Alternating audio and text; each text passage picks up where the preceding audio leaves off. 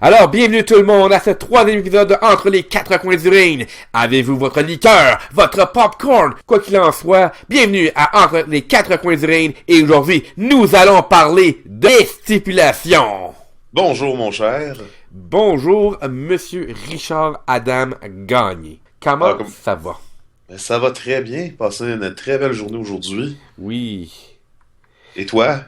Écoute, c'est le temps du podcast enfin, ce soir, on va sortir des sentiers battus au lieu de parler de soit WrestleMania 31 ou Raw ou des prévisions des grands événements. On va parler de quelque chose de plus général qui est également ce que sera ce podcast de lutte francophone, c'est également de parler de choses diverses rattachant à la lutte. Et aujourd'hui, comme je disais à l'introduction, on va parler des stipulations.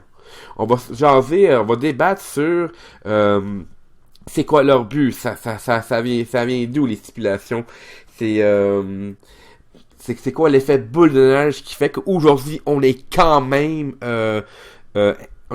attiré par les stipulations. Il y a beaucoup à couvrir sur le sujet. Alors, on va commencer avec la première question que je pense qui est la plus essentielle. Pour toi, c'est quoi une stipulation? Pour moi, une stipulation, c'est de base du moins. Là. Pour moi, ça serait un match tout simplement avec quelque chose de rattaché. Pas nécessairement d'ajouter quelque chose au combat pour que ce soit plus un single match normal. Donc pas nécessairement juste qu'on parle d'un ladder match, d'un chair match ou quoi que ce soit, mais aussi tout simplement un match qu'on vraiment on va rattacher quelque chose à gagner ou mais qui n'a pas rapport avec un titre. Exemple, on peut penser aux années passées des matchs comme Mask versus Hair, que c'est un single match totalement normal, mais qu'il y a quelque chose de rattaché au match malgré tout. Quelque chose que le gagnant gagne, que le perdant perd. Donc, pour moi, une stipulation, c'est vraiment quelque chose qui est rattaché au match. On n'a pas besoin de rajouter ou de changer la manière de construire le match pour ça. Moi, de mon côté, c'est pour aborder un peu dans ton sens. Pour moi, une stipulation, c'est quelque chose qui pourrait ajouter une attirance supplémentaire en match. Un enjeu de plus qui fait que le match est plus qu'un simple combat en simple, une simple rivalité. C'est souvent dans la stipulation que l'on retrouve comme l'espèce de, si on veut, le phénomène du test ultime entre les deux compétiteurs. Mais ça, mesdames et messieurs, si vous avez suivi la lutte, ou même si vous êtes nouveau dans le domaine du catch, vous allez vite réaliser qu'il y en a des vertes et il y en a des vraiment, mais vraiment pas mûres. Oh mon Dieu, on a vu des stipulations assez étranges à travers les années. On peut penser au Kiss My Foot match qu'il y avait eu entre Jerry Lawler et Bret Hart. Bret Hart, et il y avait aussi eu contre Jerry Lawler et Michael Cole. Ouais. Il y a moins longtemps. Monsieur Cole avec son pied d'athlète qui montait jusqu'aux genoux. Ah, c'était dégueulasse. C'était dégueulasse, mais t'étais quand même fasciné de voir à quel point que Michael Cole a jusqu'à boutonner son propre pied pour que le public en soit dégoûté, puis que les gens aient pitié de Jerry Lawler s'il était amené à embrasser le pied de Michael Cole. Et tu ne voulais pas embrasser son pied, grand Dieu. Tu ne voulais pas embrasser son pied. Ah, effectivement. Mais donc, un pied, de toute façon, tu n'es pas supposé vouloir embrasser ça pour commencer. Ouais, ben là, on rentrera pas dans les désirs sexuels des gens ici présents. Ah non? Shit. Non. Moi, je suis sûr qu'il y a des gens qui, justement, leur trip, c'est son foot fétiche là, dans notre audience. Sinon, ben, on vous salue. Ah, si c'est le cas, ils ont totalement leur droit. Là, faut se demander, est-ce que c'était le cas de Jerry Lawler? C'était peut-être pour ça qu'il a été dans 2 matchs de ce type-là. Non, Jerry Lawler, lui, il aime les petites jeunes, mais attention, je dis pas que c'est un pédophile, je dis juste que tant que c'est dans l'âge légal, il les aime jeunes. Oh, je pense qu'il aime tout ce qui a des seins. Puppies! Hey, Puppies on a pole match. Est-ce que ça s'est déjà fait dans le temps de la Attitude Era? Un quoi, tu m'as dit? Un puppy on the pole match. Oh mon Dieu. Peut-être, mais je ne crois pas. On a vu bien des choses sur un poteau, là. Ouais. Que ce soit des kendo sticks, des titles, La mère de Bob Bagwell. des drapeaux. Ouais. Des fameux flag match qu'on a vu à quelques reprises. Mm-hmm. Bizarrement, toujours entre les États-Unis et un autre pays. Ouais. Ils ont jamais comme fait, tiens, on va faire un flag match, mais tu sais, entre le Canada puis les Italiens, tiens. Non, faut tout le temps que ce soit USA contre quelqu'un. Ben, ça dépend toujours de l'endroit où se passe le combat. Je veux dire, c'est sûr que t'as eu des flag matchs en Europe. Ou c'est que je te donne un exemple, tu vas en Autriche, c'est sûr que historiquement, t'as eu des flag matchs pour entre l'Allemagne et l'Autriche, justement.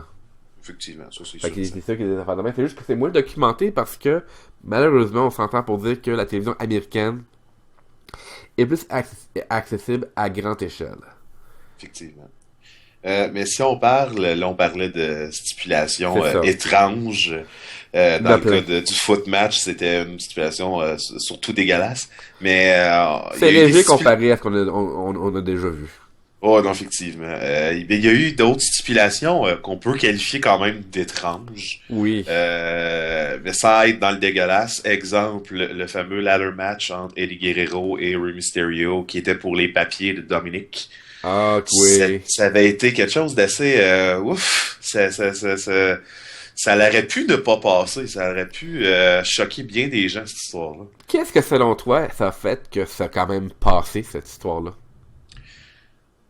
Peut-être justement la manière que le match s'est déroulé. Parce que ils ont pas juste laissé aller ça. Le match s'est fini clean. Mm-hmm. Les femmes s'en sont mêlées pour faire comme gars, c'est comme trop tout ça.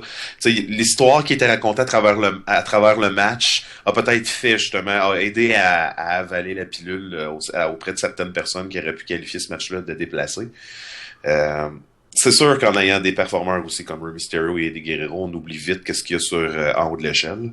Sauf si ça l'a dû aider. Le match était quand même très très bon. Oui, le match était effectivement bien performant entre les deux athlètes. Moi, je trouve que avant ça, c'est le build-up qui a amené à ça. C'est que le drame a été bien joué entre les deux. Ce qui fait que ça avait pas de l'air gratuit.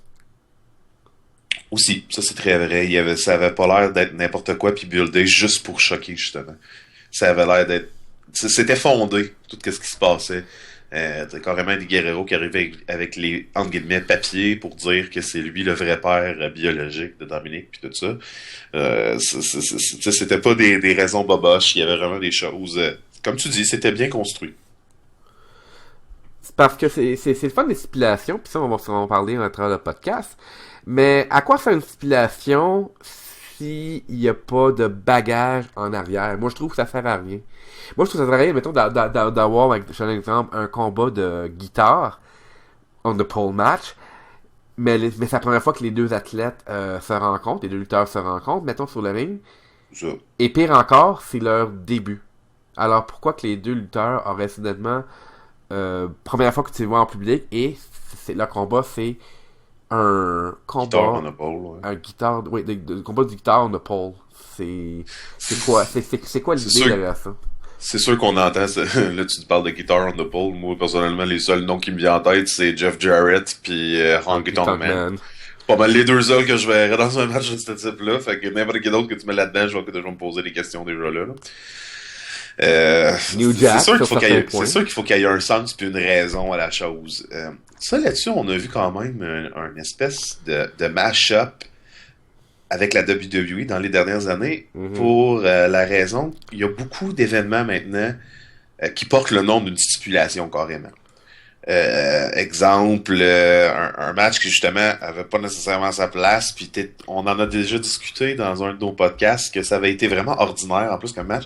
Le fameux Stairs match de Big Show contre Eric Rowan, oui. Qui avait été là juste pour rajouter le mot stairs à table, ladders, chairs and stairs. TLCS, dans le fond, ça change. Ouais. TLCS, pour Table, Ladders and Chairs and Stairs. On s'entend tous qu'il n'y en aura pas un deuxième stair match. Là.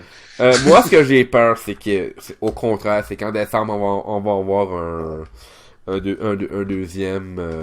Mais s'ils le font, faudrait que ça soit un minimum.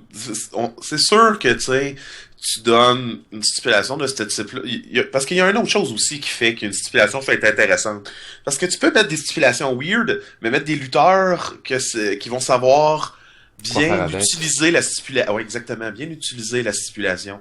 Exemple, tu fais un stairs match, mais tu mets des lutteurs justement plus mix entre athlétique et puissance. Ouais. Exemple, tu mets un Cesaro dans un stairs match que lui, il va être capable d'utiliser la marche et comme weapon et avec son agilité faire des passes, faire des trucs. Donc d'intégrer l'item à travers le match, pas juste de l'utiliser de manière basic, ça devient vraiment quelque chose qui peut être intéressant à un certain point. Mais sinon, là, en tout cas, on a eu quand même un mauvais... Ouais, un mauvais développement pour ce match-là. Oui. Ça donne pas le goût d'en voir un deuxième. Non, vraiment pas. C'est Non, pas... ok. Non, vraiment pas. Mais ça, c'est parce que en plus de ça, l'an passé, à TLC, les gars avaient l'air de pas savoir quoi faire. Ben, c'est clair. Et Je veux dire, il était perdu. C'est vrai, même perdu. Big Show, qui habituellement est... on a beau le surnommer le Big Slow. Pour un combat de lutte, The Big Show est capable de penser plus vite encore que l'éclair pour enchaîner dans un combat de lutte. Il n'était malheureusement pas dans son élément. Tout était contre... en fait, c'était plus le fait que tout était contre Big Show et Rick Warren dans le combat des marches. On va appeler ça que le combat des marches. Ça a l'air moins épique qu'un stair match, mais même à ça, là. je sais juste pas à c'est quel dur à point... vendre.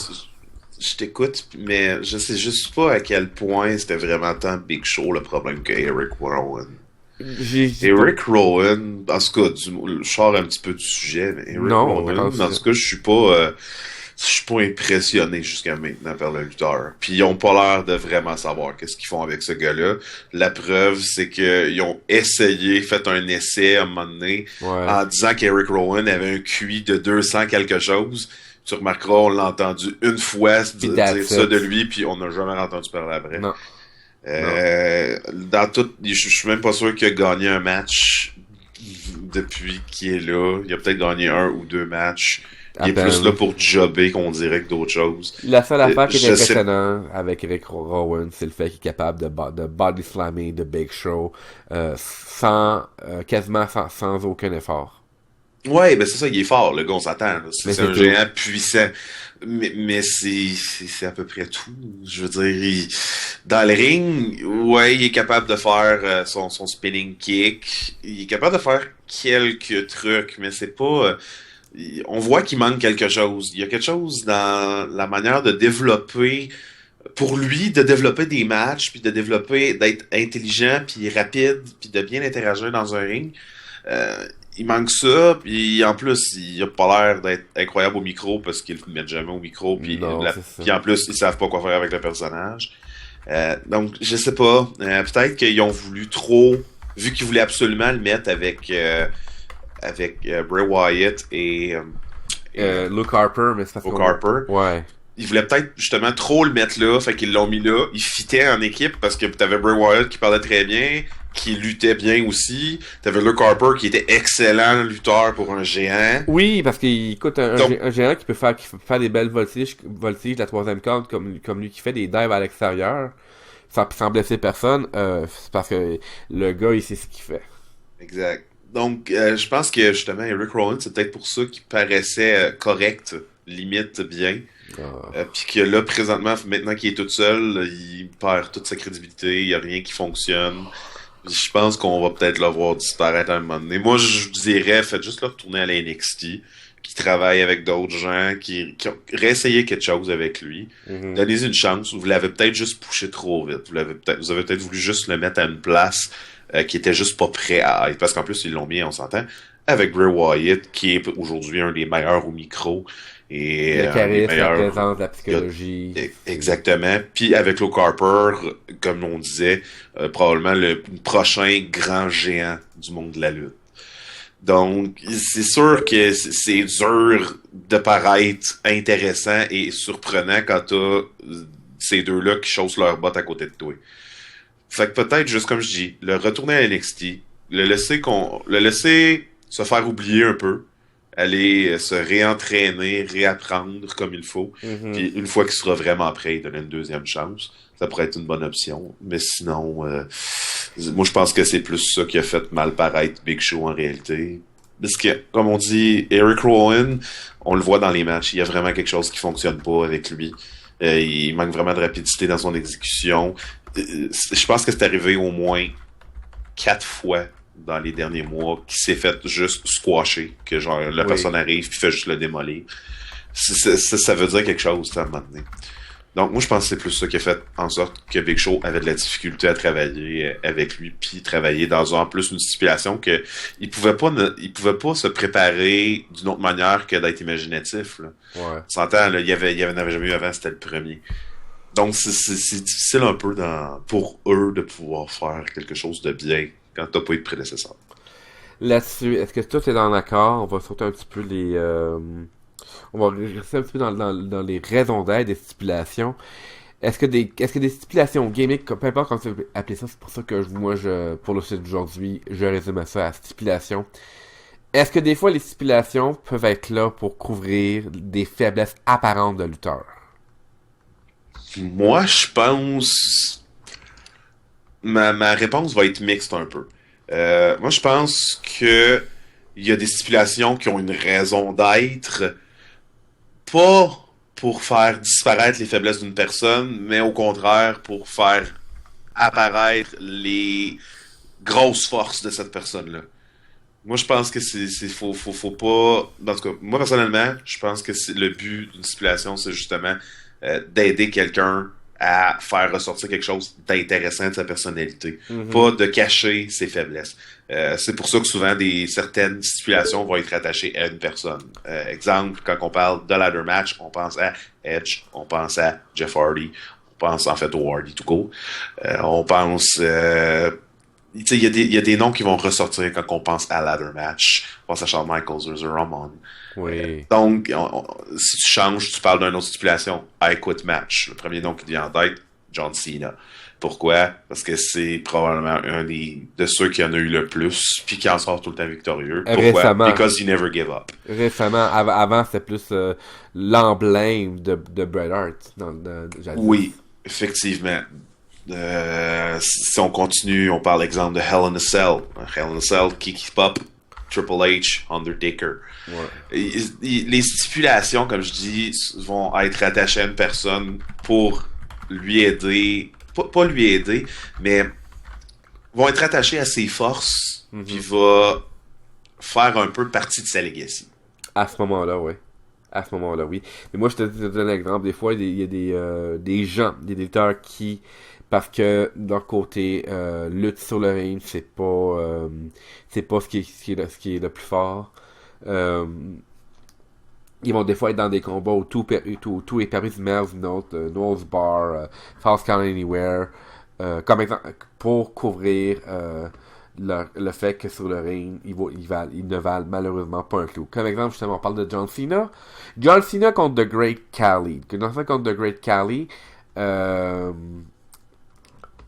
Great Khali a réussi à bien paraître parce que justement, il n'a pas eu besoin de lutter. Puis ça, c'est un exemple de ce que je voulais dire par rapport à s'ils peuvent servir des fois à couvrir des faiblesses. Mais je trouve ça intéressant aussi que tu mentionnes que les stipulations sont là pour faire ressortir quelque chose aux lutteurs. Euh, Aussi, l'autre chose, c'est que souvent, je trouve les stipulations, ce qui est intéressant, c'est que, tu t'en as parlé un petit peu au début en fait, c'est que souvent ça permet de régler des comptes. Ça permet de faire en sorte de clôturer de manière plus spectaculaire la fin d'une histoire.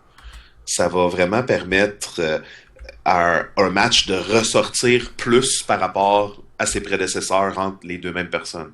Si on peut penser justement à la fameuse rivalité entre John Cena et Edge dans les années précédentes, qui s'était solvée en un TLC à Extreme Rules. Le match avait été excellent, ça avait été le meilleur entre les deux. Et définitivement, oui, les gens étaient un peu choqués que Cena gagne quand Edge avait jamais perdu un TLC, mais ça fait partie de la chose. Le but, c'était de clôturer cette rivalité-là. Puis pour clôturer cette rivalité-là, il n'y avait rien de mieux que de faire gagner Cena dans un match que Edge était un champion là-dedans. Là. Ça fait pas de Cena un maître du TLC, pas du tout. Ça fait juste... Mais il a quand même battu le maître, fait qu'il y a quand même là-dessus... si John Cena a vaincu le grand maître des TLC, qu'est-ce que ça fait que John Cena est quoi si lui, son premier TLC, il gagne contre le maître? C'est... là-dessus, on va plus vers le... Là, ce que j'allais dire, c'est... on en reparlera dans un autre podcast, parce que là, j'entends Ric Flair, là. J'entends Ric Flair dire « To be the man, you got to be the man. » Woo! Moi, je ne suis pas d'accord avec ça. Moi, je pense pas que quelqu'un... en tout cas, comme je dis, on en discutera plus en détail dans un autre podcast, mais moi, je ne crois pas que parce que quelqu'un se fait battre, non. Que ce soit dans une de ses spécialités ou quoi que ce soit, il perd son statut. Puis vice-versa, l'autre ne prend pas le statut. La seule chose que tu peux prendre à quelqu'un dans ce genre de situation-là, c'est les titres. Mais la personne, Edge, ouais. Même s'il y a eu un exemple, Edge, même s'il a perdu contre Cena, ouais. Ben ça change rien à ce que Edge a fait avant. Il reste un maître dans cet art-là. Lorsque Cena aura fait tout ce que Edge a fait dans les TLC, ouais. Ben à ce moment-là, on pourrait dire qui est le maître. Mais il va l'avoir fait en accumulant de l'expérience, pas juste en disant « je l'ai battu, fait que je suis meilleur que lui ». Non. Je veux dire, on en refait un TLC demain matin, puis peut-être que cette fois-là, c'est Edge qui va gagner. C'est ça. Chaque chien a son jour, comme le dit si bien l'expression traduite de l'anglais « Every dog has its day ». Exactement. Une autre chose que je voulais dire aussi, excuse-moi, oui. Je te laisse parler tout de suite après. Non, tu parles. Ah ben parfait. Dans le fond, juste pour revenir un peu sur ce que tu disais quand tu disais ouais. Ça permet de cacher les faiblesses d'un lutteur. Ouais. Le seul moment où une stipulation peut être utilisée à bien de cette manière-là, et j'ai un match qui me vient en tête, c'est vraiment pas une question de lacune, mais une question de non-capacité. Ouais. Exemple, le meilleur exemple qui me vient en tête, c'est le match à WrestleMania 26 de mémoire entre Bret Hart et Mr. McMahon. Oui. Bret Hart, c'était un no holds barred. Oui. Et on s'entend, Bret Hart, rendu à l'âge qui est, il s'est pas entraîné depuis des années, il a passé au travers d'un cancer. Il a passé à travers aussi plusieurs commotions cérébrales en pu finir. Exact. Donc, il est clairement, tu peux plus lui demander d'être le hitman qui était dans les années 90. Là. Je veux dire, il est juste plus capable. Le résultat, c'est sûr que si tu le mets dans un wrestling match, en plus, McMahon, on s'entend, c'est pas un lutteur. Non. Donc, si on aurait mis dans un match normal, avec un Bret Hart normal, ben là, ça aurait été plate de mettre une stipulation, parce que Bret Hart aurait été capable de lutter, puis aurait été capable de faire un match normal, puis de carryer Mr. McMahon. Le X, c'est que là, même Bret Hart était plus capable de faire tout ce qu'il faisait avant. Donc, de rajouter une stipulation à ce moment-là, c'est une manière de faire glisser la chose et que la chose passe mieux. Mais comme je dis encore là, ça va être dans certaines circonstances, comme celle-là. Ou comme j'avais mentionné plus tôt, Great Khali versus John Cena. Oui, parce que c'est vrai que Great Khali ne pouvait pas lutter parce qu'il est vraiment trop staturé, ça n'a même pas d'allure comment il... Je juste pensé à quand il était dans le film de football avec Adam Sandler. Il y avait un paquet de lutteurs là-dedans. Ouais. C'était juste horrible de le voir comment il était grand et costaud. Puis quand tu le vois dans le ring, ça paraît un peu moins parce que t'as juste deux personnes. Mais quand t'as un field complet et que tu vois Great Khali t'éponces tout le monde par un bon 2 pieds facile, c'est comme oh shit, ok non, il est vraiment grand. Dans un ring, ben, t'as juste un homme en avant de lui. Puis l'arbitre va toujours paraître petit, c'est normal. Donc, donc, c'est ça. Fait que de mettre une stipulation, c'était, oui, une manière d'aider Khali, parce que c'est sûr qu'il y a vraiment de la difficulté à faire des choses. Puis en plus, il y a des genoux maganés, il y a de la misère. Ouais. Pas pour rien qu'il est plus sur le ring aujourd'hui. Non, c'est ça. C'était une très belle attraction, Great Khali. C'était beau à voir. Mais c'est 7 pieds 4, c'est 7 pieds 5, legit? 7 pieds 4 de mémoire. Qui est quand même... qui est quand même impressionnant, pareil. Je veux dire, tu dis, C'est, un lutteur c'est, de 7 pieds 4, ça c'est intéressant à voir. c'est limite du gigantisme, là, en ce moment-là. Là. Fait que c'est ça. C'est beau à voir, c'est intéressant. Puis même quand il vient encore des fois, on le voit très très rarement. Mais là, je pense qu'on l'a pas vu depuis une assez longue période pour dire qu'il est plus là. Il est plus là. Il est plus là, là. Non, Ok, il est plus là depuis peut-être un bon 6 mois, c'est pas un peu plus. ok. Donc, mais tu sais, c'est ça. C'est sûr qu'il pouvait pas faire grand-chose à cause de sa stature. Même quand tu l'as mis dans le ring avec Undertaker, tu sais, c'est un gars qui est tellement grand, tellement de stature incroyable, qui est impressionnant quand il donne ses coups, puis c'est facile pour lui de faire vendre son adversaire comme s'il venait de le démolir. Parce qu'il est tellement... En plus, il y avait des points incroyablement gros. Puis quand ils ont donné aussi sa petite gimmick avec Le danseur. Non, ben moi je parle de quand il y avait Oh. les mains, les claws, puis Ouais. qui coinçait la tête de son adversaire, Ouais. d'aller chercher, exemple, quand il a fait éclater un ballon de basket avec ses mains, Ouais. d'aller chercher des trucs comme ça. Ça lui permettait de rajouter des trucs à ses moves, mais qui étaient simples, mais qui, avec lui, ça fitait. Parce que justement, il avait tellement des grosses mains, il était tellement gros, fort, que ça fitait. Mais ça, c'est plus une gimmick.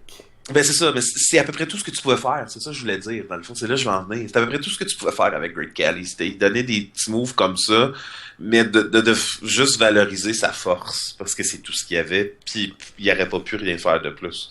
J'avais quand même aimé, durant justement entre Cena et Great Khali, le match juste avant, qu'il y avait...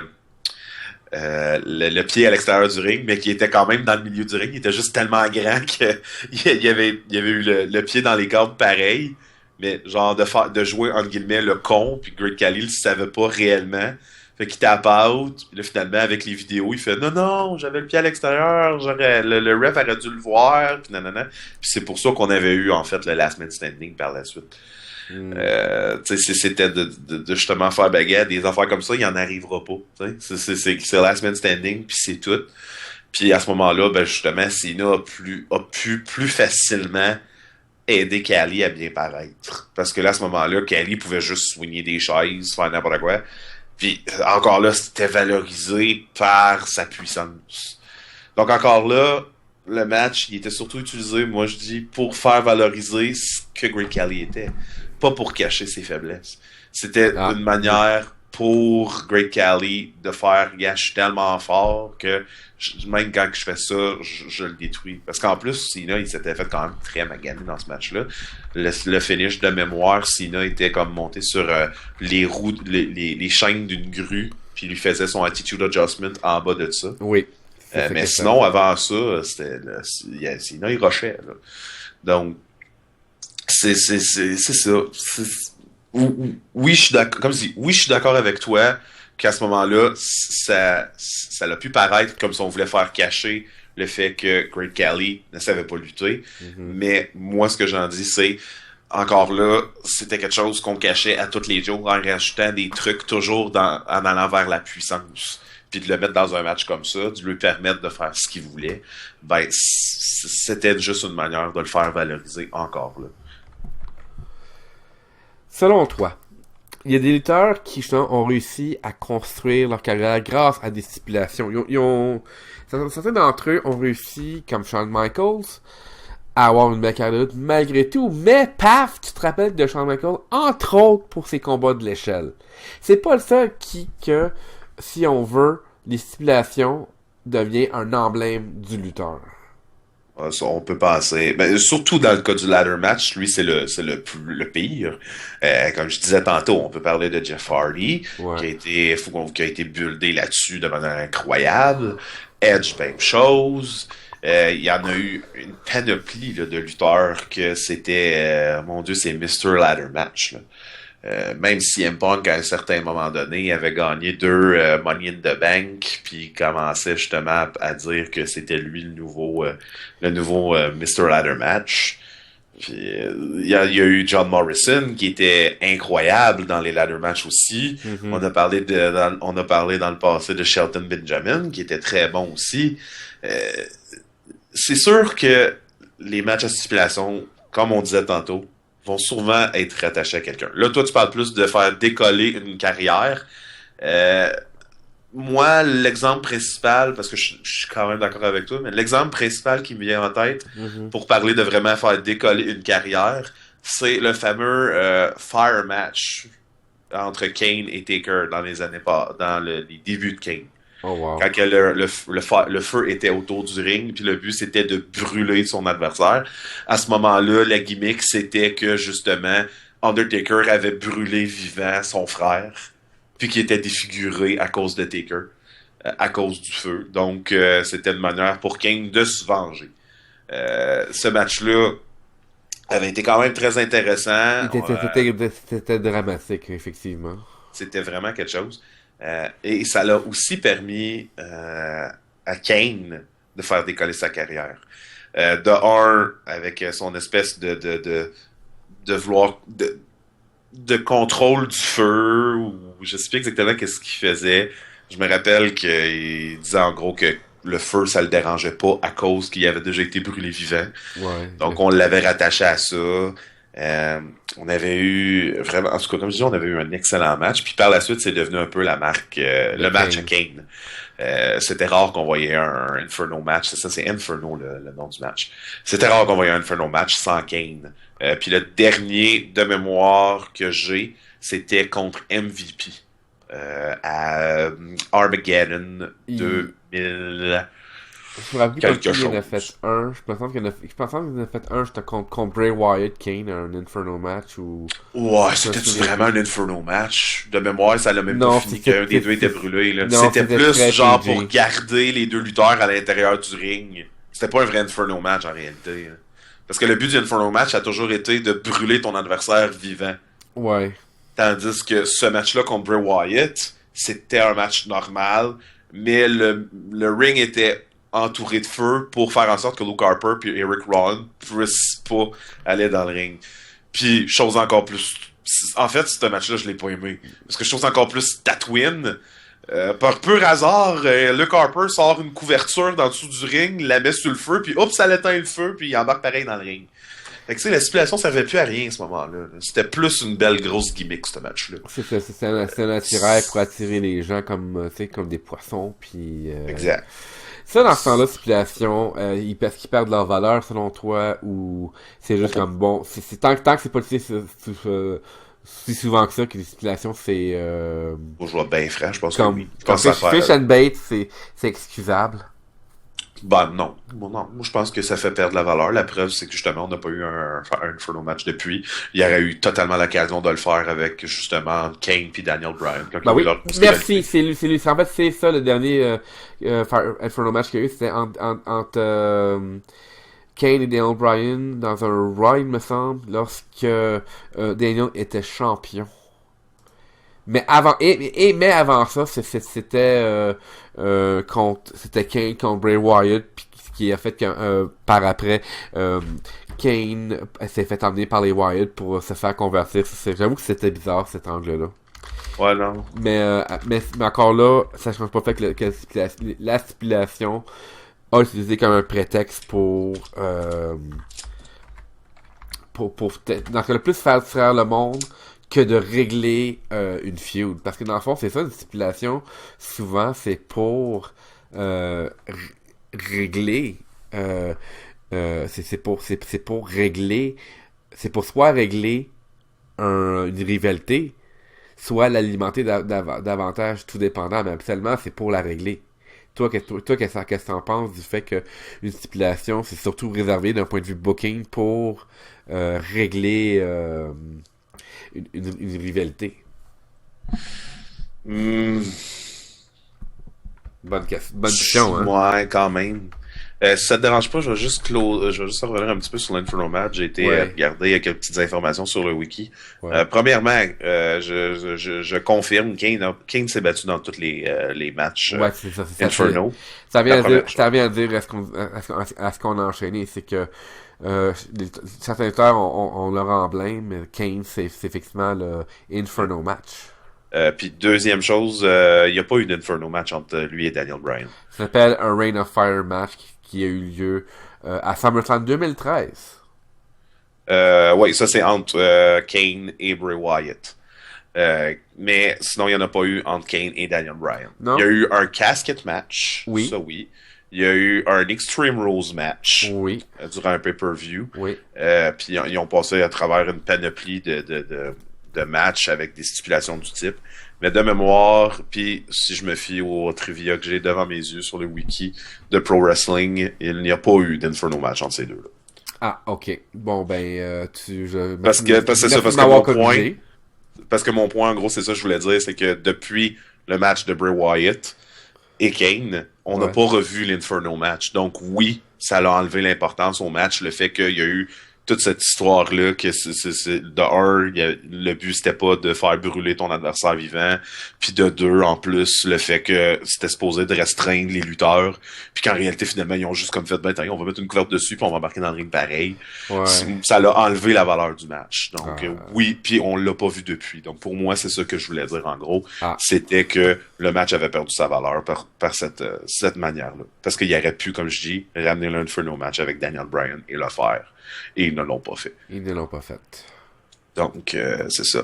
Donc, peux-tu juste me reposer ta question, s'il te plaît? C'est quoi? Parce que t'as parlé, t'as venu faire ton point, je me rappelle plus de ma propre question.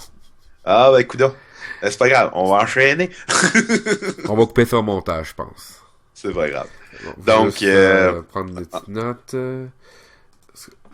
Donc, c'est ça. À travers les années, il y a eu aussi certains autres matchs qui sont rajoutés. Si je peux continuer sur la lignée. Oui.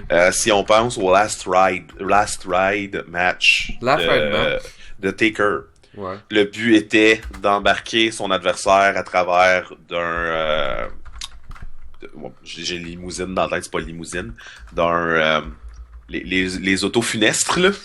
J'ai comme un blanc sur... ouais, je sais de quoi tu parles. C'est quoi, un corbillard? C'est ça, merci. Dans un corbillard, d'enfermer ton adversaire à l'intérieur de ça et de sortir de sortir le corbillard par l'extérieur. Puis en gros, c'était la manière de gagner ce match-là.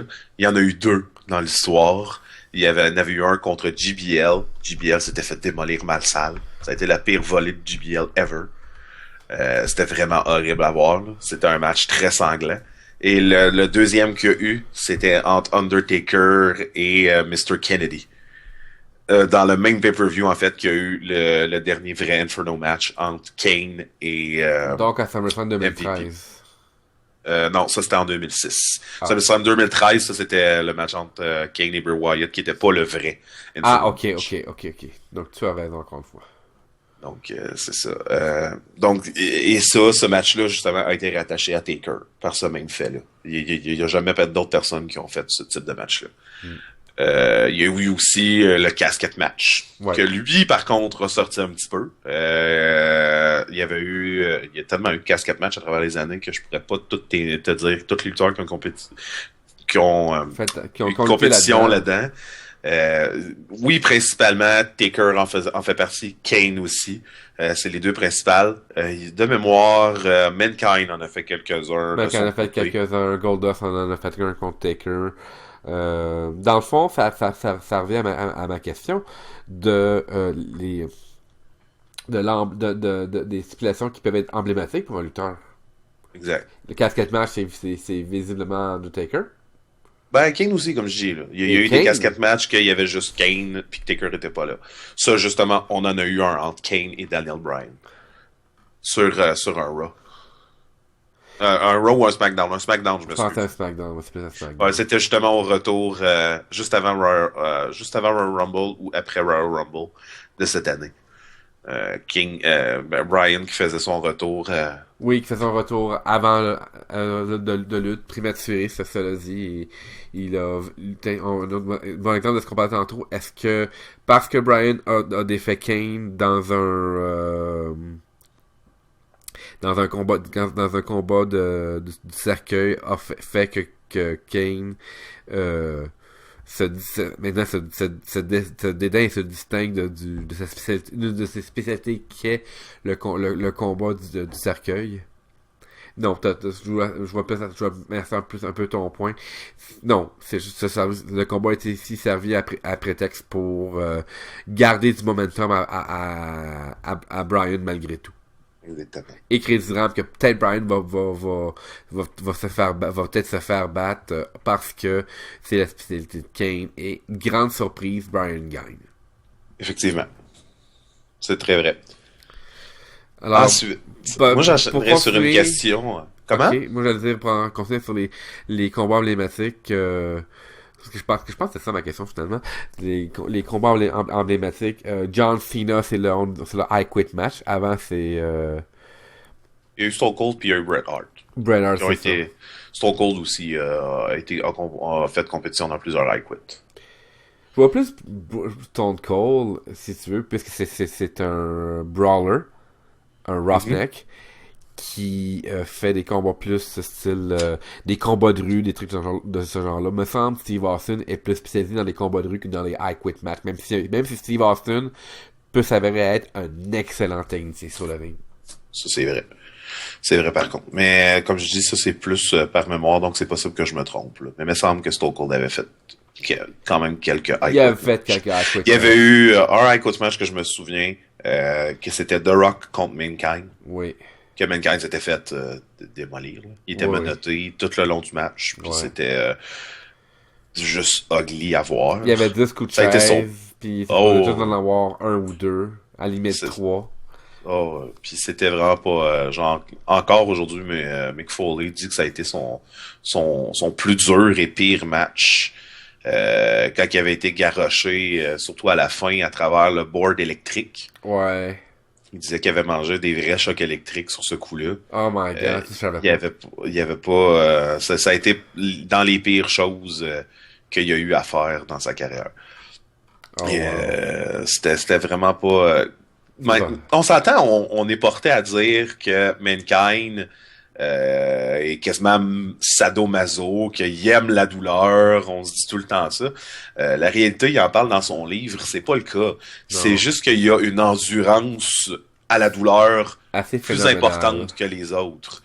Donc pour lui, de se faire manger, exemple, exemple quand justement il y a eu son Hell in a Cell contre Taker. Ouais. Il y avait le bras disloqué, il y avait des dents pétées puis toute la kit. Il avait mal. Il était pas de bonne humeur de tout ça, là. Il aimait pas ça, là. Il paraissait qu'il aimait ça, là. C'était le but du personnage. Mais. Il était plus conscient, anyway, quand il souriait à la caméra. Oh là, effectivement. Il était clairement plus là. Il était plus là pantoute, là.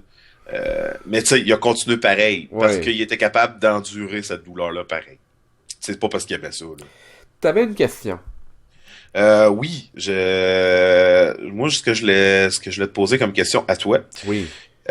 On sort un peu de la WWE, mais la WWE l'ont déjà fait aussi. Oui. Toi, qu'est-ce que tu penses des événements spécifiques à stipulation? Ma première idée en tête est Lockdown à TNA. Tous les matchs sont dans une cage. C'est parce que TNA, dans le temps, c'est qu'il fait, où c'est que t'avais des événements Lockdown, c'est que c'était justement bien fait. Je m'explique. Tu vois, c'est un événement où c'est qu'ils vendaient la stipulation que tous les combats se passaient dans une cage comme étant l'événement spécial. Ce qui veut dire que t'avais juste un moment dans ton année où c'est que tu pouvais voir des combats de cage à TNA. C'était dans l'événement Lockdown. Ça avait sa spécialité, ça avait son effet, ça avait son phénomène. C'était parfait de la manière que c'était. Maintenant, il fallait absolument, en même temps, c'est remarqué que progressivement, il fallait pas qu'ils utilisent trop la cage, juste assez pour pouvoir permettre à la fin qu'il y ait les spots les plus folles avec la cage, justement. Ce qui est en même temps un avantage et un désavantage parce que on s'entend que TNA, ça leur arrive justement souvent de vouloir faire des spots de fou même dans le premier combat, which is fine parce que ça demande une compétition. Parce qu'après ça, faut trouver une manière de surpasser le spot de la cage en question. Dans le cas de TNA, avant la venue de Hogan, je persiste à croire, Un autre sujet de podcast qu'on doit avoir discuté un de ces cas, c'est What went wrong with TNA. Mhm. Mais bon, prenez à Lockdown. Lockdown, tu vois, dans le temps, TNA faisait ça très, très, très bien parce que justement, eux, il faut qu'ils c'est plus sur le contenu des combats et pas tant l'histoire. Alors, on gimmick comme une stipulation comme le lockdown qui mène au lethal lockdown qui est souvent l'espèce de War Games de la WCW avec les Horsemen contre une autre faction. Ça rendait l'événement davantage plus spécial. Alors pour ça, oui, TNA en tournait ça en réussite parce qu'il y avait également gardé ça comme étant simple. Ce sont des combats, let's go, on voit de la lutte pis des gars se taper dedans, mais bien fait. Pour le principe de voir des gars se taper dedans, mais bien fait. Moi, je me rappelle surtout d'un lockdown en particulier où on avait eu un match entre, c'était les Dudley Boys qui étaient Team 3D à la TNA Oui. contre, je pense que c'était Bear Money. Hein? Je pense que c'est Bear Money, puis je pense avoir que tu t'en vas avec ça.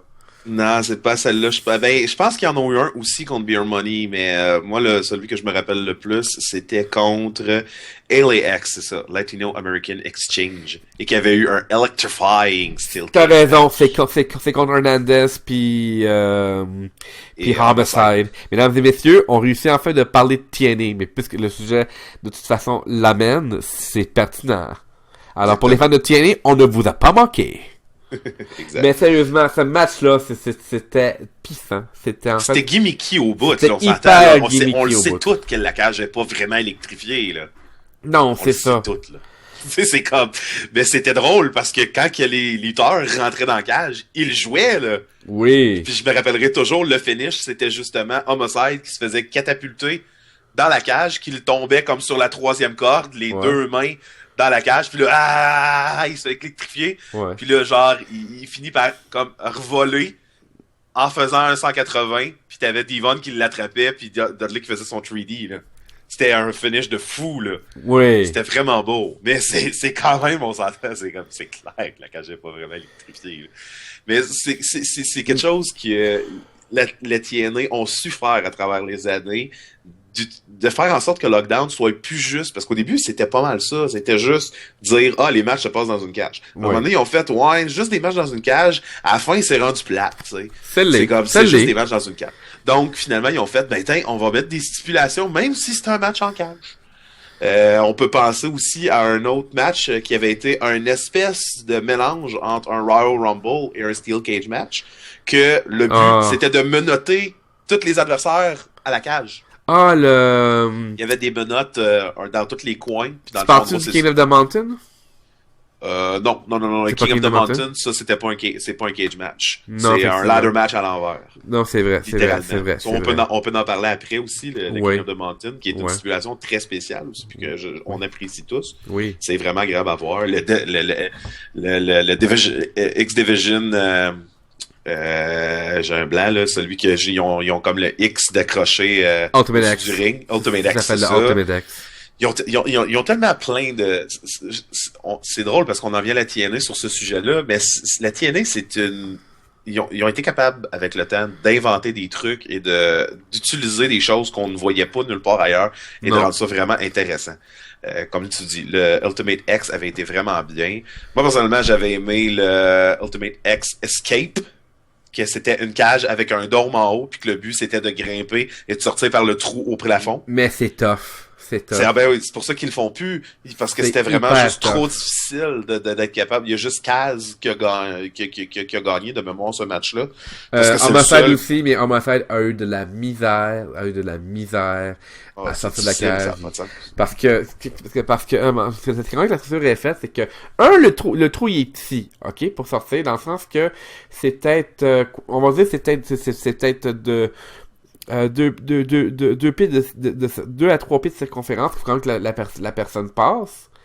Mais c'est parce que quand tu escalades le dôme qui est quoi, 12 pieds de haut, une affaire comme ça, là je dis les chiffres vite, mais pour dire que c'est haut, c'est que quand tu vas vers le milieu, t'as quand même une grosse une surface si tu veux un petit peu plus, je sais pas comment le dire en podcast autre que plus tu te rapproches du haut, plus c'est dur pour un lutteur de vraiment bien escalader ça parce que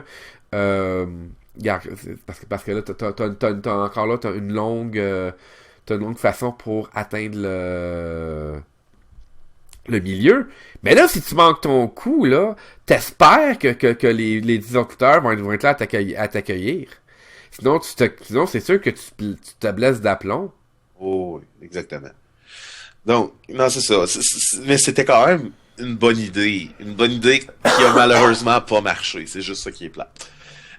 Pour en revenir avant ça, c'est ça, ce que je parlais du mélange entre le Royal Rumble et le Steel Cage match, Ouais. c'est ça. C'est qu'il y avait des paires de menottes un peu partout dans le ring. C'était je pense que c'était 6 équipes qui se battaient dans ce match-là. Ah oui, C'était EY, Super EY, parce qu'il était dans sa gimmick de super-héros à ce moment-là. Ouais. Qui était en équipe, je suis plus avec qui, là. Je suis pas important. Avec qui avait Shark Boy. Avec Sharkboy, possible, je sais plus. Je dirais pas que c'est pas ça, parce que je me rappelle vraiment plus. Okay. Mais en gros, c'est ça. Le but, c'était vraiment juste de faire en sorte de prendre le poignet d'une des personnes, de le menotter. Une fois que t'étais menotté, t'étais éliminé. Tu pouvais plus continuer. Ben, t'es menotté, fait que tu peux plus continuer de toute façon, fait que... C'est ça. Donc, c'est ça. C'était vraiment ça le but du match. C'était quand même intéressant. C'était une bonne idée. Ça non plus, on le voit plus, malheureusement.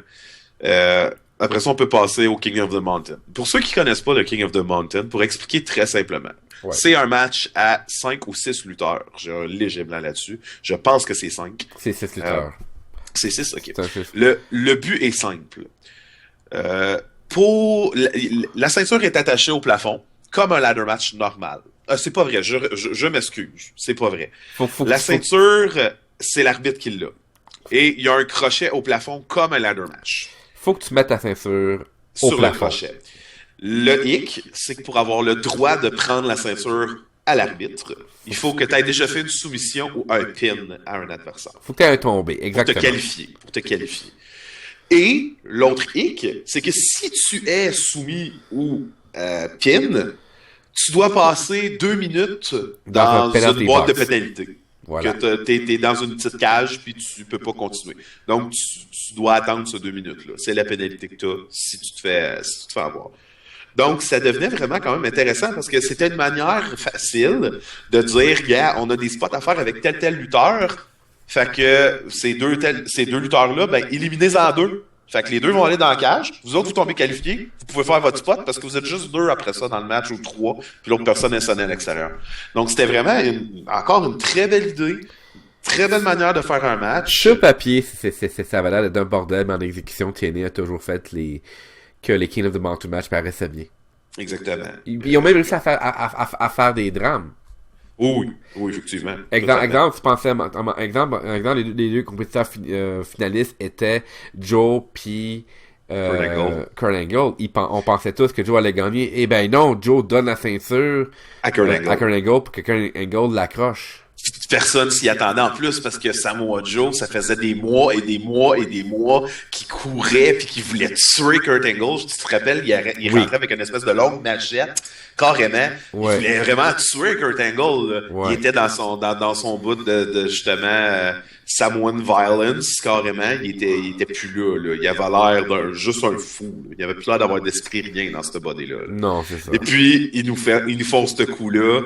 On était comme, va, Schnout, tu oses nous faire ça.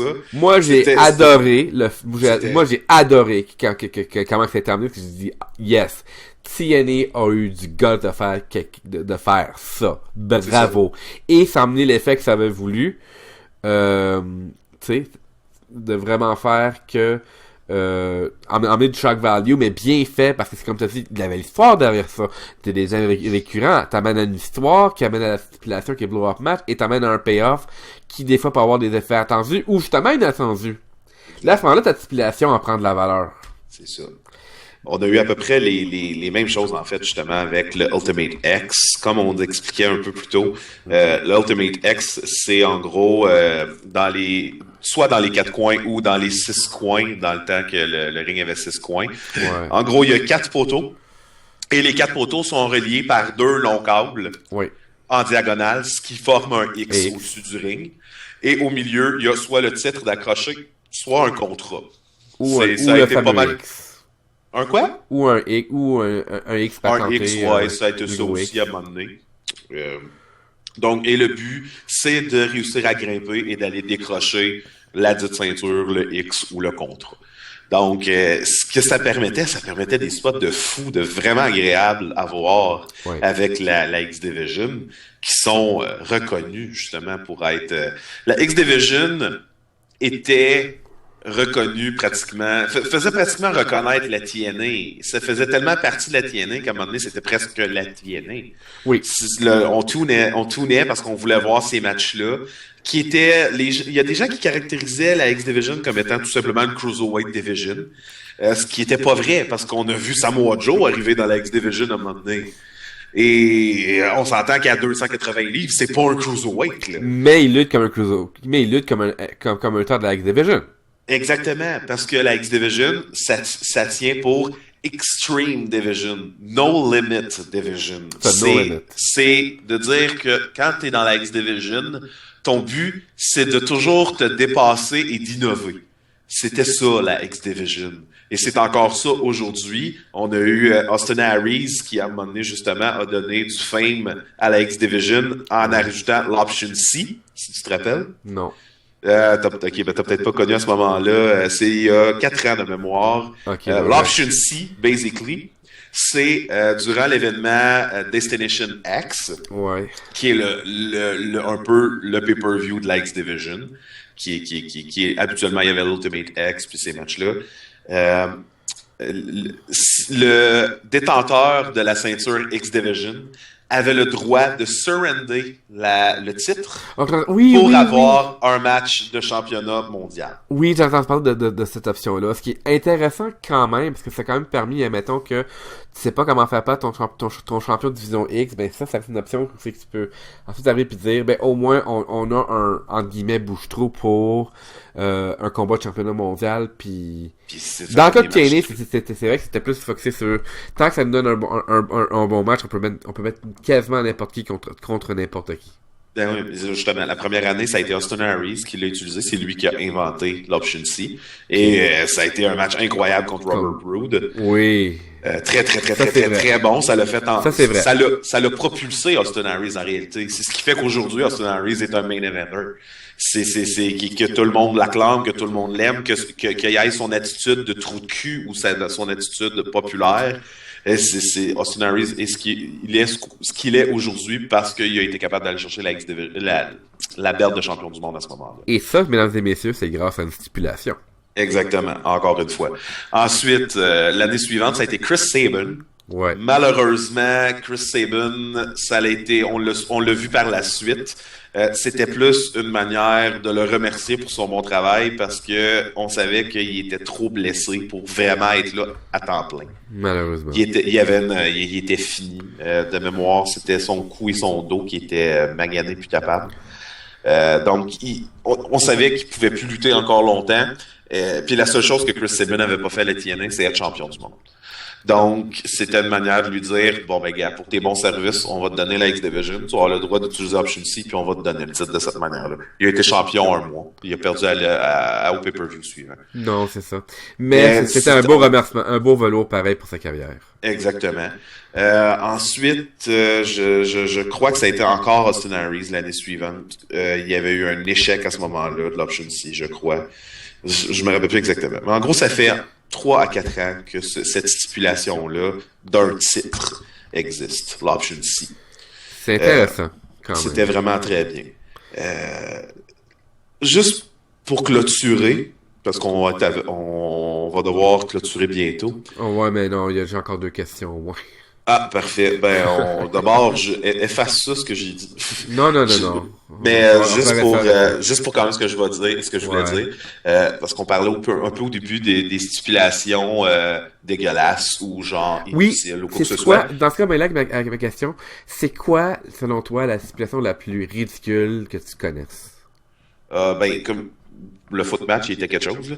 Mais en fait, ça va un petit peu avec ce que j'allais dire. Une des Ouais. stipulations les plus weird que j'ai vues, mais pas weird Ouais. dans le sens de dégueulasse, ou dans le sens que c'était juste, c'est quoi ça? C'est bien Ouais. bizarre. C'était à la TNA, en fait. Ouais, on va l'entendre. Encore une espèce d'idée farfelue. Si tu te rappelles, c'était je me rappelle plus exactement du nom. Faudrait que je regarde sur un des DVD derrière moi, ma belle connexion de TNA. C'était un match, en gros, où il y avait une structure de suspendu au-dessus du ring qui formait un X. Et les lutteurs devaient monter sur la structure. C'était devenu le match à Rhino, en fait. Ça a eu lieu 2 fois. Une fois contre AJ Styles et une fois contre Jake Storm. Et les Ok. 2 fois, l'adversaire, c'était Rhino. Ok. Et en gros, la passerelle, c'était une passerelle d'environ 3 pieds de large. Et il fallait que tu te tiennes en équilibre là-dessus. Ah Puis oui, que tu aies ça. ton match là-dessus. Puis le but, c'était de lancer ton adversaire en bas. Oui, c'est comme si tu veux un renouveau du scaffold match. Ouais, en quelque sorte. Mais ça, moi, personnellement, ça m'a jamais fait comme oh wow. Parce que comment tu fais pour te battre sur une passerelle comme ça? C'est de à très difficile à impossible. C'est très malaisant, puis tu vois, puis je me rappelle d'avoir même vu les lutteurs qui étaient super malaisés à Ouais, lutter là-dessus, ce qui a forcé, dans le cas, mettons, de AJ Styles à faire de la comédie. ah, puis des acrobaties de fou, là, d'aller carrément se cacher à l'intérieur de la structure. Ouais. C'était difficile, là. Je m'en demande à bien des personnes d'essayer ça, puis Non. c'est comme, C'est difficile. c'est très difficile. AJ D'être Styles a réussi à capable le faire. Oh, ben, Just Styles, tu lui demandes de rentrer dans un pot de cocon, puis je suis sûr qu'il rentre. Ce gars-là est tellement agile, ça devient ridicule, là. Ça a été, si c'est pas le lutteur le plus agile ever, c'est le deuxième. C'est juste incroyable de le voir lutter, ce gars-là. Oui. De toutes ces années à la TNA, je l'ai vu se planter une fois. Une seule et unique fois, de mémoire. Puis c'était même pas quelque chose de super big. C'était un Non. putain de springboard Ouais. qu'il a glissé sur la corde, littéralement. Ok. C'était vraiment rien. Mais il est arrivé pour faire son springboard splash en 4,50. Et quand il a sauté sur la corde, ses pieds ont glissé, puis il est tombé en pleine face à terre à la place de faire son move. Ça, c'est dommage. Et ce qui était drôle, c'est que c'était une soirée où il y avait un tournoi pour la Tag Team Division, et justement, AJ Styles faisait partie des équipes. AJ Styles finit quand même par gagner le match. C'était supposé être le finish, mais malheureusement, ils ont dû improviser. Et le match suivant, encore là, quand tu parles de comédie de la part de AJ Styles, Ouais. le match suivant, AJ Styles qui veut le retenter, et puis là, qui touche la carte, puis qui est pas sûr, là. Il joue le fait d'être pas safe, là. Je me suis planté dans le match juste avant, là. Je le fais dessus, puis là, il shake un peu les cordes, il fait juste comme sauter, atterrir, puis ressauter sur le bord du ring, il est comme, ok, j'y vais, puis il fait, puis là, il réussit. C'était bien pensé de la part des C'est très bien couvert d'AJ Styles, ça, c'est bravo. Fait que pour toi, l'espèce de scaffold match modifié où Rhino a lutté les 2 fois sur les 2 fois qu'il y a eu ce match ridicule-là, c'est pour toi le match le plus dégueulasse. Ça a été dans les ou pires, le plus... plus... c'est pas le pire... le moins intéressant. C'est ça. Parce que comme je dis, tu peux juste rien faire. Tu peux même pas paraître fort, paraître agile. Ben, AJ Styles a réussi à paraître agile, mais d'une manière encore détournée. C'est ça, exactement. Mais sinon, à part de ça, genre, de mémoire, le seul move qu'on voit dans les 2 matchs, à part des coups de poing, c'est Rhino qui réussit à rentrer son gore. C'est tout. C'est presque rien. Donc, en gros, c'était des matchs que... Même la foule a pas aimé ce match-là, je me rappelle. Non, c'était pas... C'est le match que les gens huaient le match. Les gens ne huaient pas les lutteurs. Les gens huaient le match. Exactement. Pour toi, pour ta part... Moi, y aller un peu unorthodoxe. Moi, y aller vraiment comme... Quand je dis dégueulasse, c'est vraiment dégueulasse. La situation que je trouve le plus ridicule, ça a été ce qu'on appelle le Piranha Bath match. Et ceci lance une présentation de bafouillage, de bafouillage incorporé et de Pepsi, donc on n'est pas conduit par Pepsi. Qu'est-ce qu'un Piranha Bath Match? C'est un match au Japon où le but, c'est de foutre ton adversaire dans le bassin rempli de piranha. Là-dessus, pour les stipulations, les Japonais, c'est vraiment... Oui. C'est les kings. C'est vraiment malade mental. Tu sais, quand on parlait plutôt de gratuité, de quand même inutilité, c'est juste pour comme faire attirer du public dans le but d'attirer du public. Oh, c'est n'importe quoi. C'est exactement, merci, c'est n'importe quoi. Ben ça, c'est un excellent exemple. C'est le Piranha Bath Match. C'était pas le terme exact, mais oui, ça existe. Et c'est déjà existé dans des fédérations au Japon où ton but, c'est de foutre ton adversaire dans un bassin rempli de piranhas. C'est n'importe quoi. Je pensais que le combo, c'est qu'il fallait que tu foutes ton adversaire avec un alligator si c'était élevé. Je trouve que le piranha, c'est là encore plus. Mais pour revenir au Japon, là, ils en ont fait tellement des weird. Là. Je me rappellerai toujours, c'est eux qui ont inventé la fameuse stipulation C4. Oui. Qu'en gros, tu devais battre ton adversaire en 10 minutes, puis le ring explosait après. Ouais, c'est ça. Ouvrir les guillemets, explosait. Ouais. Fermer les guillemets. C'était ridicule. Mais le pire, c'est que ce match-là, que je parle là, a été transporté overseas. Oui. Parce qu'on l'a vu une fois aux États-Unis. Ben, de manière télévisée puis toute la kit, là. C'est peut-être arrivé dans des ECW, dans d'autres circonstances. C'est arrivé à ECW dans le temps qui était sur TNN, là. Ouais. C'est arrivé, puis le combat était un désastre. Exact. Donc, mais encore là, ECW, ben peut-être ça a été...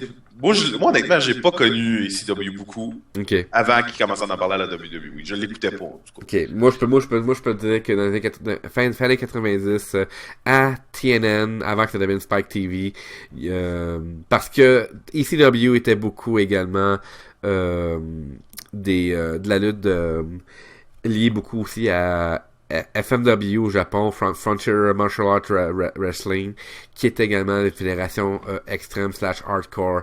Donc, à stipulation, combat de n'importe quoi et let's go, on fait un blanc. Mais c'était plus... mais on s'entend que le Japon était plus fou dans ce sens-là. Parce que le Japon, que ça, c'est quand même, c'est eux autres qui étaient plus dans le barbelé, dans le... Tout ce que tu veux, les néons. Ouais, les néons. Ça, comme population, ça commence à faire beaucoup. Non, effectivement. Moi, personnellement, mais ce que j'allais dire, c'est que j'ai vu ce match-là une fois. Je sais pas si tu te rappelles ou si tu as connu cette ligue-là. À un moment donné, MTV avait parti de sa propre ligue de lutte. Ah, WSX. Exactement. Wrestling Sean Waltman était un des main events d'ailleurs. Sean Waltman, pour ceux qui le connaissent pas de son nom, Sean Waltman, c'est X-Pac. Je pense que c'était le seul d'ailleurs champion de la fédération. C'est possible. Mais le pire, c'est qu'il y a eu quand même plusieurs lutteurs qui ont passé là. Il y a eu un Hart qui a passé là. Oui, mais il y a eu Teddy Hart qui a passé là. Il y a eu Vampiro qui a passé là. Mais lui aussi, il a fallu qu'il vende entre guillemets pour basé sur des stipulations pour se démarquer des autres. C'est ça. Puis je me rappellerai toujours, c'est ça, pour finir ce que j'allais dire, c'est que justement, il y avait eu un match de type C4. C'était entre Sean Waltman et un autre gars que je me rappelle même plus. Puis ce qui était drôle, c'est que ils ont utilisé ce match-là pour construire la gimmick de l'adversaire à Sean Waltman. Parce que Sean Waltman gagnait, enfermait son adversaire dans une espèce de cercueil qui explosait. Ouvrir les guillemets, fermer les guillemets. Et puis quelques semaines suivantes, le lutteur revenait et avait la face, ouvrir les guillemets, la face brûlée, fermer les guillemets. C'était vraiment drôle. J'étais comme, ok, vous faites un match de merde, qu'on le sait tout que c'est fake, puis en plus vous utilisez ça pour inventer une gimmick à un lutteur. Je suis comme, ok. Par contre, je me suis trompé, c'est Vampiro qui était le premier champion de la WSX pendant 4 jours. avant que ce soit Ricky Bandera qui ait la ceinture pour jusqu'à la malheureuse triste fin de Wrestling Society X, parce que Wrestling Society X était quand même une fédération alternative assez impressionnante, spectaculaire, avec quand même de la belle lutte combinée avec du hardcore, mais du hardcore bien fait, contrairement, mettons, XPW, c'est que on revient à la gratuité, au sang pour le faire, la stipulation, pour essayer de vendre des combats et de couvrir les faiblesses des lutteurs qu'on veut pas mettre que sur un ring. Malheureusement, ils savent pas faire des headlocks puis des hammerlocks, mais ils savent cependant saigner puis prendre des bombes de fou comme genre des plongeons de 15 mètres vers le ciment. Là, on pense ici à Big Vito puis New Jack. Mm-hmm. Exemple. Mais là, on vient avec le dégueulasse. Ouais, non, mais c'est ça. Mais ça, est-ce qu'on peut se poser une question? Là, je reviens. Ouais. Exemple, tantôt, on parlait d'un événement qui utilisait ça dans son avantage, Lockdown. Si on parlait on en parlait il y a quelques instants, d'une ligue qui en a fait sa spécialité, ECW, qui était considérée tout simplement comme une ligue hardcore. Parce que tous les matchs étaient hardcore. Ouais. Toi, t'en pensais quoi de ça? C'était nouveau dans le temps parce que c'est un peu le même argument que j'utilise pour le TNA puis l'événement Lockdown. C'est que t'avais beaucoup dans la lutte, à ce moment-là, beaucoup de lutte clean. T'avais beaucoup de lutte qui était le bon contre le méchant. C'était un combat 1, 2, 3 ou à cause d'une interférence. Tu avais plusieurs excuses que WWE puis WCW surutilisaient pour avancer leur storyline qui, dans le fond, était énormément beaucoup de réchauffés. Et donc, t'avais jamais une satisfaction vraiment à regarder les produits WWE puis WCW parce que c'était toujours, tu veux que ton gars gagne ou tu veux qu'il y ait une victoire clean, mais t'en avais jamais. Et ça, c'était souvent à cause que c'était à défaut que c'était dans des combats simples et, tu sais, c'était des combats simples et dans les règles de l'art. Là vient ECW qui, eux, ont dit, on va prendre des stipulations. Donc, pas d'excuses, dans ta face, du hardcore, les toppers, des fois si tu perds ton combat, tu manges des coups de candlestick, t'en manges 10, comme à Singapour quand tu commets un crime. Pour faire d'attraction, pour clôturer une feud, comme mettons, entre les Rottens, donc entre Ian puis Axel Rotten, tu fais ce qu'on appelle le Tampai Death Match, qui est, t'as tes fils tapés. Tu les trempes dans de la colle et tu trempes ensuite tes mains qui sont dans la colle dans du verre concassé et là c'est let's go, tu te casses la gueule avec tes poings qui sont trempés dans le verre concassé. Et ça donne des résultats comme genre les gars vont-tu vraiment se casser la gueule en se faisant à coups de poing ou sur le tape et la colle, t'as beaucoup de verres concassés. La réponse est oui. C'est ça, mais c'est horrible là, quand on y pense. En bout de ligne, c'est horrible, mais dans le temps, ça vendait. Parce que c'était nouveau. Mm-hmm. C'était une nouveauté. Si c'était pas de ça, ça serait jamais vendu. Effectivement. Mais il y a tellement eu de choses incroyables. Je sais pas si c'est justement le fameux scaffold match que tu parles, mais je sais qu'à un certain moment, il y avait eu un match à la ECW où que justement le ring était rempli de tables puis qu'ils se battaient dans les lumières puis je sais pas trop là. Ouais, c'est ça, c'était le combat, je pense, si on parle du même, c'est le combat, c'est le scaffold match. Et le but de ce match-là, c'est fallait que tu envoies ton adversaire hors du ring, à travers les tables, dans le ring. Ça, c'était Big Vito contre New Jack. OK. New Jack avait vraiment l'intention de vouloir tuer Big Vito dans ce combat-là. Et New Jack c'est pas un gars contre qui que tu veux faire chier. Première chose, pour de vrai. Et et New Jack a projeté Big Vito hors du scaffold, 12 pieds dans les airs, c'est pas plus. Donc 20 pieds dans les airs, 20 pieds dans les airs, et à travers une pile de table. Et la manière que Vito a pris sa chute, on aurait cru qu'il allait mourir. Et sais-tu avec comment que ça en est sorti, Vito? Non. Juste avec une cheville foulée. Oh mon Dieu. C'était n'importe quoi. Le gars était trop tough ou je sais pas. Non, il était chanceux. Il était chanceux parce que vraiment New Jack vous cherchait à le tuer et il savait comment le tuer. Et d'où ça sort cette origine de haine de New Jack, c'est New Jack a beau être fou. Il fera pas des choses gratuites pour autant. Parce que dans justement un événement de la ICW, à un moment donné, New Jack et Big Vito ont monté sur un échafaud, qui est le français de scaffold en passant, et il y a une chute de 12-15 pieds. Mais parce que Vito a mal compris le déroulement de la chute avec New Jack, les deux ont tombé. Ils ont passé à travers la table, mais en résultat, la tête de New Jack a fracassé le sol. Oh. Et Big Vito, qui pèse entre 300 et 400 livres, a écrasé la tête de New Jack. New Jack a survécu. Wow.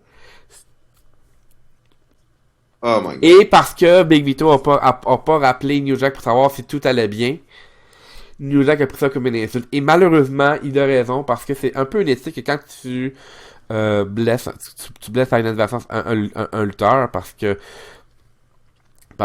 les gens appellent la lutte fake, et voici dans l'émission Entre les quatre coins du ring, quelle est notre position là-dessus. La lutte n'est pas fake.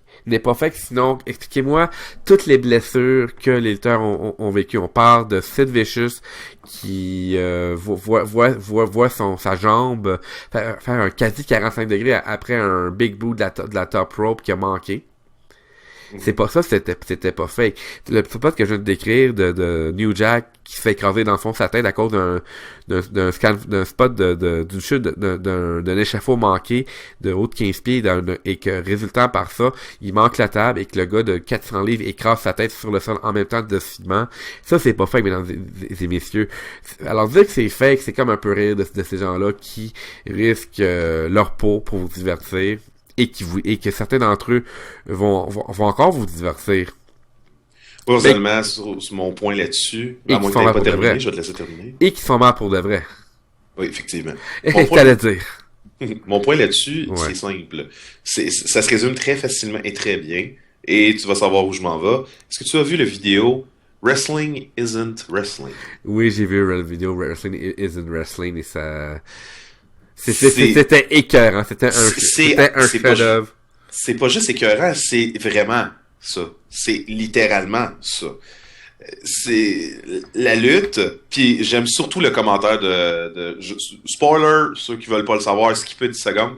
À la fin du vidéo, t'as carrément Goldberg qui parle avec son garçon. Ouais. Son garçon qui fait « Daddy, is wrestling fake? » No, ce n'est pas fake. C'est prédéterminé. Predetermined. Ouais. Et c'est ça la réalité. La seule chose qu'on sait, et là-dessus on travaille dans le monde toutes les deux de la lutte. Là. Ouais. La seule chose qu'on sait, c'est qui gagne. C'est tout. Puis pourquoi on sait ça? Simplement parce que ça reste un théâtre violent. Ça prend une histoire, il faut construire l'histoire. Si on veut construire l'histoire, on peut pas laisser aller les choses, le résultat du match à un rien. À se dire, ben le match finira comme il finit, puis on construira après autour. Non, il faut qu'il prévoie. Ça reste là, les gens disent souvent que la lutte c'est un téléroman. Ben ça, ce point-là, c'est vrai. C'est un espèce de téléroman. C'est une pièce de théâtre violente.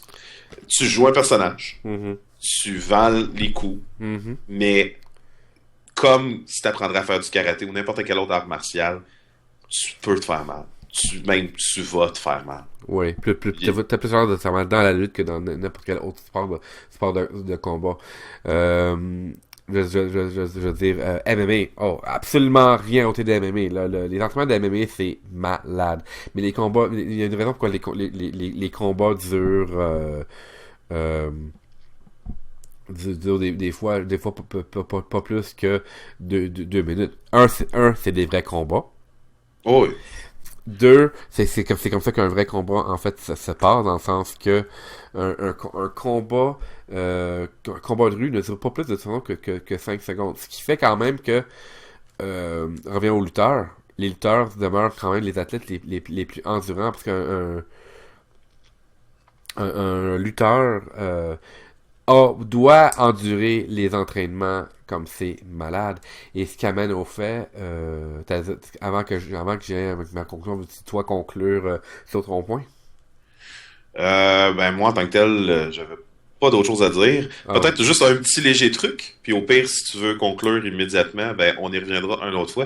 ouais, Je t'ai envoyé 2 photos. Fais juste vérifier et dire à nos charmants écouteurs, ouais. nos auditeurs, qu'est-ce que tu vois sur ces 2 photos? C'est quoi ces 2 photos-là que je vais sûrement mettre dans le montage vidéo? C'est d'abord, c'est toi avec deux demoiselles. Toi qui a qui, je pense, a une ceinture. Effectivement. Et tu portes tes lunettes, ce qui te rend d'autant plus, plus humain dans le cas de la photo numéro A. Et la photo numéro B, ben on voit ton nounours qui visuellement t'a vaincu pour la ceinture de ce que je lis hardcore de la fédération qui luttait. Alors Richard, tu t'es fait battre par ton nounours pour la ceinture hardcore. Comment tu te sens? C'est quoi par la suite le combat hardcore? C'est quoi la situation pour que tu t'ailles battre ou que t'ailles battu ton nounours? Parce que il y a sûrement une histoire derrière ça. T'as peut-être battu ton nounours dans on décapite le nounours match ou le drinking contest à la TED match. En fait, là où je veux en venir, c'est que j'ai moi-même été un champion à stipulation. Oh. J'ai été champion hardcore de la SAW, Slam Angel Wrestling, au Cap de Madeleine, sous Nice. la tutelle de Guy War. Oui. Salut Euh, Guy et War. j'ai justement battu Guy War pour cette ceinture-là. Oui, c'était sa J'ai été ceinture. le dernier champion hardcore avant que l'école ferme. Donc, c'est moi qui ai eu la ceinture jusqu'à la fin. Et comme je dis, je l'ai encore aujourd'hui. Tu l'as encore aujourd'hui. Oh, nice. Et pour avoir eu ma carrière qui a quand même décollé grâce à ça, parce que j'ai pu justement faire valoir des choses que j'aurais pas pu faire valoir d'une autre manière. Un des plus beaux spots encore aujourd'hui que je montre à des gens, Mm. c'est vraiment drôle pour raconter l'histoire, tout simplement. Au début, même Guy War était pas sûr. Il était, tu veux-tu vraiment faire ça, là? Et j'ai dit, je te garantis que ça va être parfait, ça va être malade. Le spot était simple. Guy Raconte-moi. Ward était au sol, Ouais. avec une chaise au niveau du visage. Ok. Et moi, je montais en haut d'une échelle de 12 pieds, Ouais. avec une belle pancarte maximum 50 km/h. Nice. Et je sautais de l'échelle et l'écrasais avec cette pancarte-là par-dessus la chaise. C'est quand même, c'est là encore une fois la preuve que euh, les lutteurs, c'est quand même des athlètes qui ont beaucoup de cœur et beaucoup de courage. Même pour des sessions comme le hardcore, puis c'est sauter d'une échelle de quoi on va dire, c'est 8 pieds l'eau d'une échelle. Environ. Saute 8 pieds de haut d'une échelle pour atteindre le sol. euh, Avec une pancarte qui est déjà pas facile à faire. Et le faire, c'est 2 choses. Exactement. Et surtout quand tu pèses 285 livres puis que tu mesures 6 pieds 1. Versus ton adversaire qui, lui, mesurait 5 pieds 8, il pesait peut-être 120 livres, tout mouillé. C'est ça. C'est pas mal ça, Guy War. D'ailleurs, je te salue, Guy, si t'écoutes nos podcasts. Je m'ennuie encore de nos matchs. On avait eu bien du fun dans ce match-là. Et juste pour clôturer, en gros, pour faire ça short, Ouais. même moi, on parlait des choses dégueulasses, Ouais, des c'est ça. C4. Même moi, qui Ouais. avait du guts, j'avais du guts de faire bien des choses que Ouais. les gens feraient pas parce que j'ai la chance d'avoir justement une résistance à la douleur. Même que ça m'est bizarre parce que j'en ris des fois. Mes amis, des fois, trouvent ça bien weird. Je vais me faire mal, puis je vais pouffer de rire à la place de faire n'importe quoi d'autre. Non, parce que c'est ça, tes gens-là, c'est juste ça. Tu sais, on a ici un bon exemple, mesdames et messieurs, de la résistance d'un lutteur peut des fois se développer mentalement. Je n'accuse pas Richard Adam d'être atteint mentalement. Au contraire, pour le peu que je connais et que je côtoie Richard, c'est un être humain super songé. Mais ça change pas le fait que tu sais quand on dit dans le film les Boys, mental toughness, la dureté du mental. Et bien, mesdames et messieurs, on a ici une belle histoire que les lutteurs sont parmi les êtres les plus endurants, autant physiquement que mentalement. Effectivement. Puis juste pour finir ce que je disais en gros, oui. C'est que même moi, qui était considéré comme une personne tough, il y a plein de choses que j'aurais jamais fait. Et la première des choses, c'était les néons. Jamais tu m'aurais approché un néon de mon corps. Là, à ce moment-là, ça devient ton choix et ça devient respectable. Là. Exactement. Toi, tu ne ressens pas le besoin de te faire frapper par des néons qui, de un, te coupent à rien, mais vraiment à fucking rien. C'est respectable, c'est ton choix. Là, ça frôle le... Ça revient à ce que j'ai beaucoup parlé durant le podcast. Là, on parle maintenant de la ligne entre ce qui est gratuit et ce qui vaut la peine d'être fait. Exactement. Tu sais, il y avait les punaises aussi que j'aurais jamais faites. C'est des choses que je me disais tout le temps. C'est de un, t'es pas confortable à le faire, Non. De un, puis de deux, est-ce que c'est vraiment nécessaire? Est-ce que tu peux pas faire un spot aussi intéressant avec autre chose? Et de là, tu développes ton imagination et ça permet de faire des moves comme ce que je viens de décrire avec l'échelle. Oui. Un autre truc aussi qu'on avait fait, à un moment donné, on avait entouré une table de barbelés. Le barbelé, lui, ne me dérangeait pas. Non. On avait entouré une table de barbelés à la place de juste faire je vais te taper avec le barbelé ou que ce soit. Non. La table enroulée de barbelés, puis let's go. Drive au travers de ça. C'était des manières imaginatives de faire en sorte que les spots soient intéressants, percutants, sans avoir besoin d'aller dans le gratuit, comme tu parles. Ah, tu vois, ça c'est un très bon point à marquer. Et en passant, pour des choses extrêmes comme les néons, parce que je connais des gens qui pratiquent les combats de néons. Ça se fait moins justement parce que ça s'est vu beaucoup. Mais c'est excellent un combat de néon pour tu sais, donner un coup puis ça fait BANG! Ça c'est vrai que ça a un effet assez phénoménal. C'est également génial pour clôturer une rivalité en deux lutteurs, mais c'est parce que les deux lutteurs faut vraiment qu'ils s'aillent en chien pour in kayfabe pour vouloir se taper à coups de néon. Là, à ce moment-là, ça devient votre choix. Comme je disais encore une fois là, pire que selon en prendre un combat de néon, même si moi aussi je le prendrais pas le combat de néon, et le combat de bassin de piranha, je pense que je prendrais le combat de néon si ma vie en dépendait. Ouais, non, ça c'est sûr. Exemple. C'est alors comme les punaises aussi, c'est comme un niveau assez qui peut lui aussi peut créer du drame combat de punaise je fais ça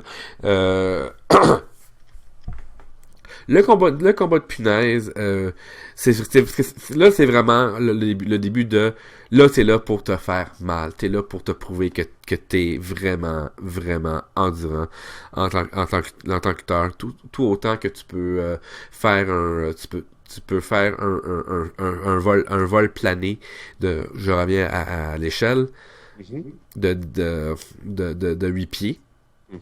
Parce que ça aussi, c'est quand même ça va quand même de l'endurance. Oui. Pour exécuter la prise de 8 pieds de l'échelle pour atteindre le sol. Là, faut aussi que tu calcules ton poids, et la gravité en relation avec la prise ou le plongée. Alors, tu sais, c'est beaucoup d'affaires qu'on parle et qui, dans le fond, revient au détail suivant. Un lutteur, mesdames et messieurs, c'est endurant en bébite. Oui, très endurant. Mais il faut parce que si Même quand on parle de lutteur technique, puis qu'on se dit, ah ben oui, mais un lutteur peut juste faire de la technique, même dans ces situations-là, anyway, un match que technique, il n'y a pas beaucoup de place que tu vas voir ça. Il y a la ROH qui ont le Pure Title Wrestling. Mais c'est à peu près tout, là. Des matchs que techniques, le problème, c'est que ça devient des fois un peu endormant. Ouais. C'est juste un peu trop, là, tu sais. On est là pour voir un show après tout. Donc, t'as pas le choix à un moment donné de décider, ben, je vais prendre la souplesse, je vais prendre le bump, je vais faire ci, ça. Donc, t'as juste pas le choix d'être endurant. Parce que ça fait partie du show, puis c'est ce que le monde va le voir. Un peu comme les stipulations. Un peu comme les stipulations. Et voilà, c'est vrai, ça se rejoint même très très bien. Ta stipulation préférée à toi? Oh shit, tu m'en demandes toute une. Ben oui, écoute, on garde le meilleur pour la fin. Ouais, effectivement. Ma stipulation préférée ever. Ouais. Oh my god. Je t'avouerai que j'ai de la difficulté à répondre à ça, là. Il y en a tellement que j'aime. Mais bon, la stipulation qui m'a le plus attaché, qui m'a le plus suivi dans ma carrière, je l'ai un peu dit il y a quelques minutes, c'est le ladder match. Moi, pour moi, les échelles, là, les tables, puis les chaises, là, amène-en. C'est le fun de travailler avec ça, c'est le fun. T'as tellement, si t'es un minimum imaginatif, là, c'est facile de sortir des trucs que les gens ne s'y attendent pas. Puis dans les dernières années, on a justement vu les lutteurs commencer à utiliser les échelles pour passer au travers littéralement, comme si c'était des tables. Ouais. Quand t'es imaginatif puis t'es endurant, il y a presque rien qui peut t'arrêter. Non. Dans un TLC. Donc, TLC, c'est pas mal ma stipulation préférée. Toi, c'était pas si difficile que ça d'en choisir une. La seule autre stipulation que j'aime autant, parce que c'est vraiment un pied d'égalité, on n'en a pas parlé en plus de toute la soirée, c'est le 3-Stage of Hell. Ouais, mais ça, je sais pas si ça, c'est dans le fond, c'est ce que ça, le 3-Stage of Hell, pour ceux qui savent pas c'est quoi, c'est dans le fond, c'est, souvent, c'est un 2 de 3. Mais que de stipulation. Ben, pas nécessairement, parce que c'est déjà arrivé que le premier combat, c'était un combat normal. Ouais, c'est vrai. Suivi d'un combat, où tout est permis, finissant souvent par un cage match. Ben, moi, personnellement, celui que je me rappelle le plus, c'est Shawn Michaels Triple H. Qui était très bien fait, cela dit. Qui était excellent, qui avait eu justement cage match et ladder match à la fin. Le début, je crois que c'était tout simplement un hardcore match. C'est ça, c'était un street fight match. C'est ça, street fight. Donc, moi, j'aime beaucoup celle-là. C'est une autre stipulation que j'ai déjà fait. Un match de 30 minutes avec Mr. Lazy, qui malheureusement, présentement, n'est plus sur les rings. J'ai hâte de le revoir sur un ring un jour puis de retravailler avec lui. C'est un de mes meilleurs chums aujourd'hui. Right. Notre chimie s'est développée à travers nos matchs de lutte.